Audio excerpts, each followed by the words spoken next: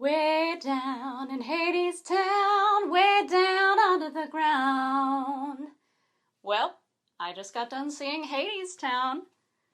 That was at the Amanson Theater in LA. And I definitely have some thoughts, so let's get going. Guess where I am, and guess what I'm seeing.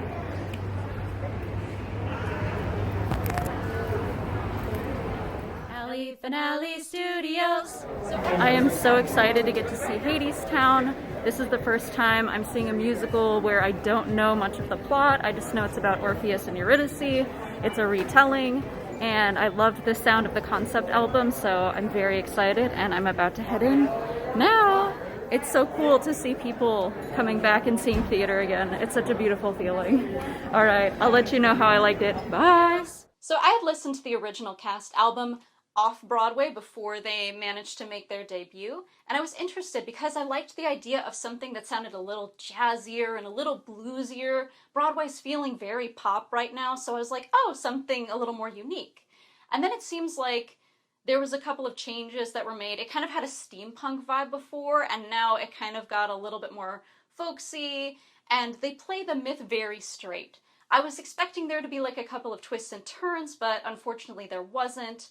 I am still glad that I got to see the show live, though. I feel like this is one of those shows that, like, because of the nature of the ending, I think it is important to not be spoiled at all. I remember in the original Broadway run, near the end, and spoilers, skip ahead to here if you don't want to hear about the ending. In the ending, when Orpheus turns around and sees Eurydice, they actually have an elevator take her down back into the underworld. And this one was a little bit more awkward because they just had her, like, standing by the train and the door was just closing, which I guess is effective enough, but at the same time it kind of felt like a little bit of a letdown considering that's such an iconic moment in the original show. But maybe they could have just had her gone down into a trap door or something. Then again, I get that every stage is different, but still. Just kind of felt like a little bit of a letdown. Nicholas Barash as Orpheus does an incredible job of playing that naive and sweet character. I can't imagine having to sing in falsetto for nearly most of the show either. That's gotta be so tiring, but he pulls it off very well. A standout performance for me was definitely Kimberly Marable as Persephone.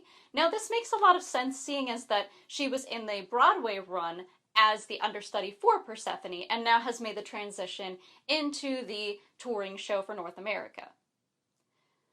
When Act 2 came along and she had her number during then, she definitely livened the place up. But she wasn't enough to raise the energy.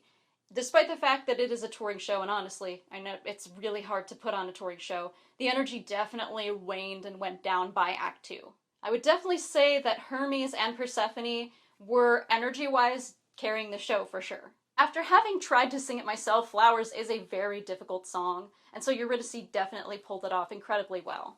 Wait for Me with the lanterns and the swelling chorus behind it literally gave me chills. They pulled that off so beautifully, and I'm kind of devastated that the show isn't more like that moment. It is a great build-up before Act 2, but still. Another standout moment too was Why We Build the Wall. The stage pictures were beautifully made and the guy playing Hades really was powerful and carried the whole thing.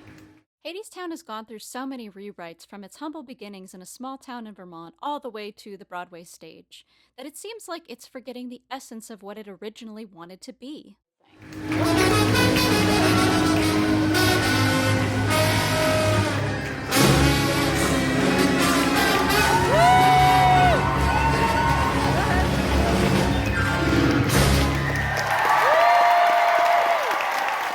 While I am glad I saw Hadestown live, it's not one that I would ever go to see again, so I would overall give the show a 3.5, whereas the venue I would definitely give it a 4.5. The people were super hospitable and sweet, and I would definitely go see a show there again. The seats that, even though they were nosebleed seats, they were really nice. I was still able to see the stage, and generally everyone was friendly and helpful, so yes. If you'd like to check out some of my other videos, you can feel free to look on the channel, and there's some down below. Also, feel free to like and subscribe, and I will catch you all on the flip side. Bye!